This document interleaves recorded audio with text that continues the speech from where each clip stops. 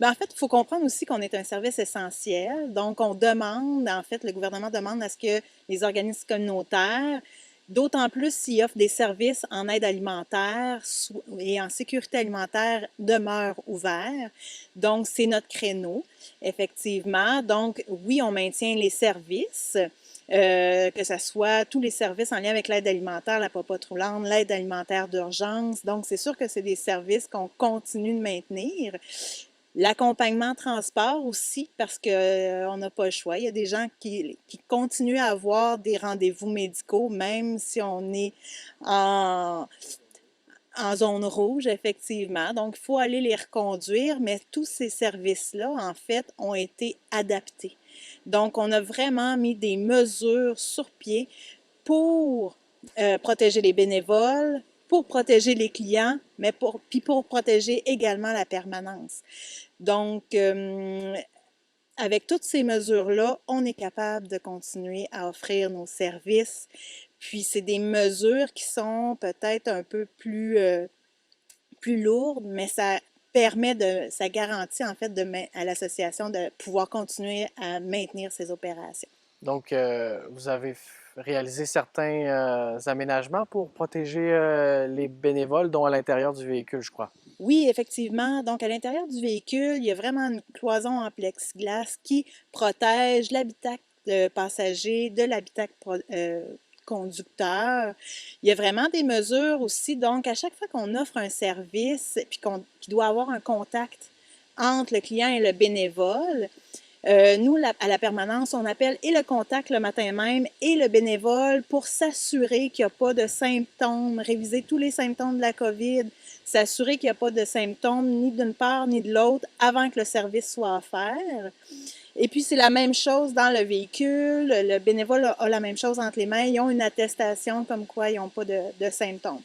Puis c'est sûr que là, tous nos services, en fait, il y a une boîte qui accompagne tous nos services de produits nettoyants, de masques, de produits désinfectants pour les mains. Donc, on a des boîtes. Là.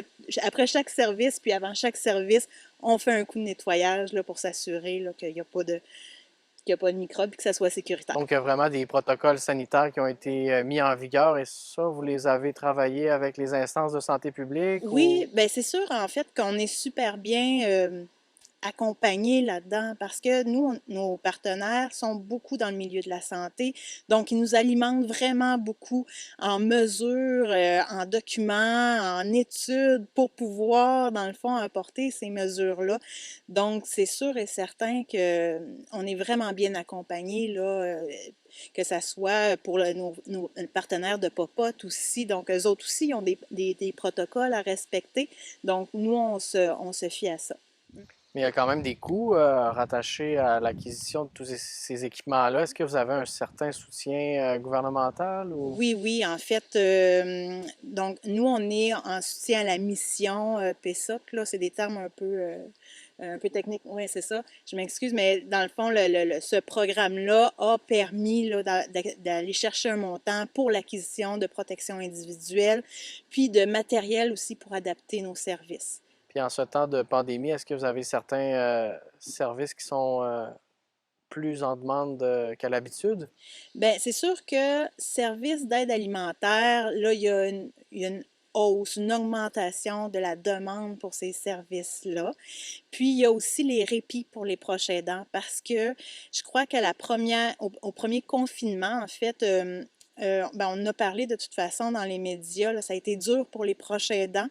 Et au lendemain là, du déconfinement, là, il y avait déjà une augmentation marquée des demandes pour les répits, en fait. Donc, c'est un travail de tous les instants, là, de mettre à leur disposition des services puis des ressources aussi, je présume. Oui, des services, des ressources. Je dirais qu'on a été on a été agréablement surpris en fait que les bénévoles haut la main aient répondu à l'appel. Je crois que là, ils ont acquis l'expérience aussi de se protéger et de protéger le client. Donc, sont toujours avec nous pour offrir les services. Donc, on a les ressources pour le faire, en fait, pour continuer à offrir le service.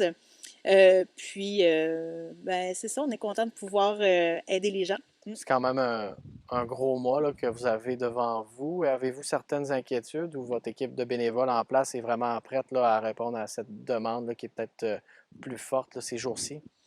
Je dirais non, on n'a pas vraiment d'inquiétude. Je dirais que les bénévoles sont là. Par contre, c'est sûr que on, l'accueil de nouvelles personnes dans notre équipe de bénévoles est toujours la bienvenue. Donc, si des gens se sentent interpellés par le bénévolat, veulent venir en aide, l'équipe est toujours ouverte là, à accueillir des nouvelles personnes. On n'est jamais de trop.